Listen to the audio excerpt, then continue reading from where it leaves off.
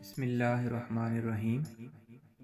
क्या आप जानते हैं कि अल्लाह पाक ने किस नबी को जन्नत से इस बिना पर निकाला कि उनसे ख़ता हुई? जी हाँ दोस्तों, तो इसका जवाब है अल्लाह ने जिस नबी को उनकी ख़ता पर जन्नत से निकाला वो हैं हज़रत आदम अलैहिस्सलाम। क्या आपको मालूम है कि हज़रत मोहम्मद सल्लल्लाहु अलैहि वसल्लम पर अल्लाह ने कौन सी आसमानी किताब नाज़िल फरमाई? तो दोस्तों इसका जवाब है कुरान मजीद। क्या आपको मालूम है कि इस दुनिया में सबसे पहले मेहंदी का इस्तेमाल अल्लाह के किस नबी ने किया था?